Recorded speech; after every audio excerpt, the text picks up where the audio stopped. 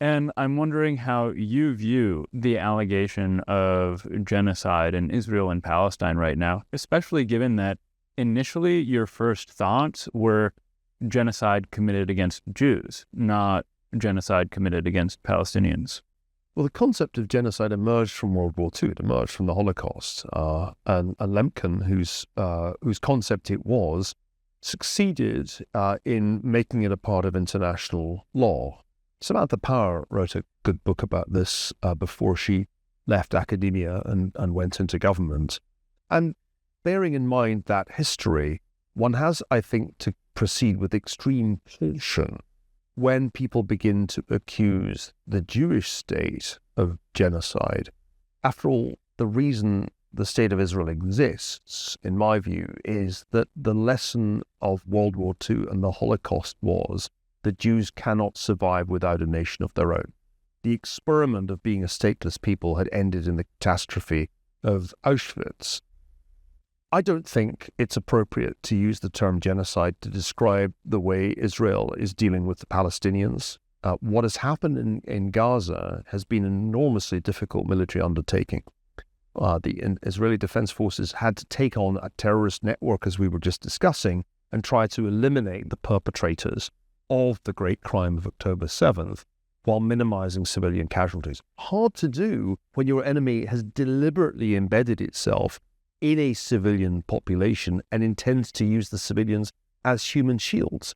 And yet if one looks closely at the data on the conflict in Gaza, the striking thing is, in fact, the very great efficiency with which the Israelis have gone after Hamas and Palestinian Islamic Jihad while minimizing civilian casualties.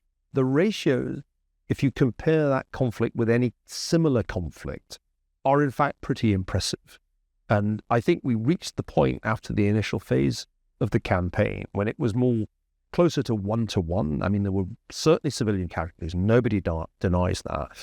A really large proportion of the casualties, despite what Hamas said and what was repeated by the BBC and CNN, a really large proportion of the casualties were Hamas operatives. In just the same way that Israel's famous pager attack targeted Hezbollah operatives with extraordinary efficiency. Yes, there were civilian casualties because when the pagers went off, not everybody in the vicinity was a Hezbollah operative, but it was still an incredibly well-targeted operation.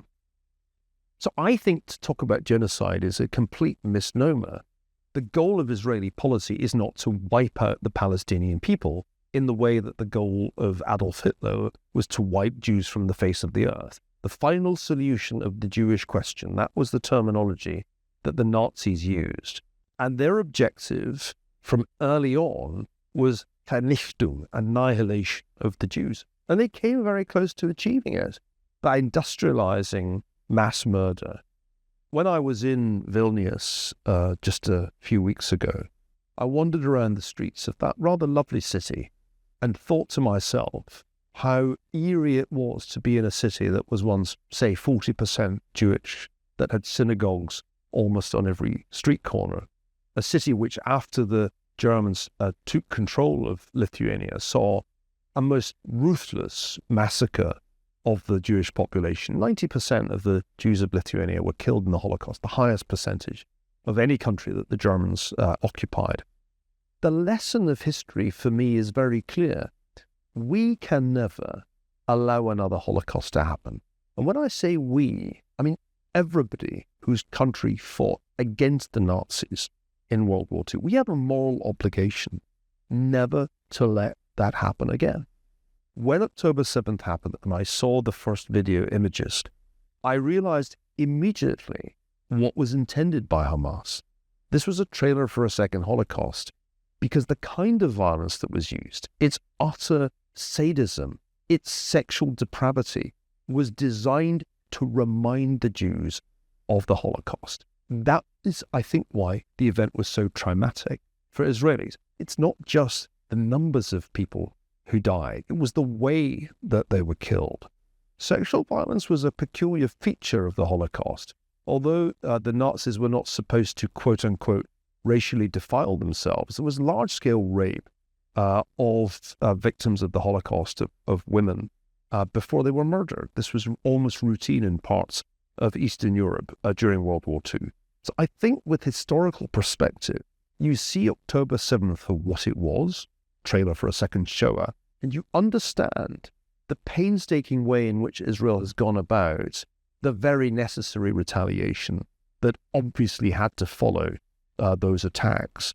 And by the way, if a comparable attack were carried out against Americans on that kind of scale, with that kind of sadistic violence, there is not an imaginable state of the universe in which the United States would not strike back with massive force. And we know from recent military actions, for example, against Islamic State, not so many years ago, that the United States military can inflict a great many civilian casualties when it's going after people that the Americans regard as their enemies.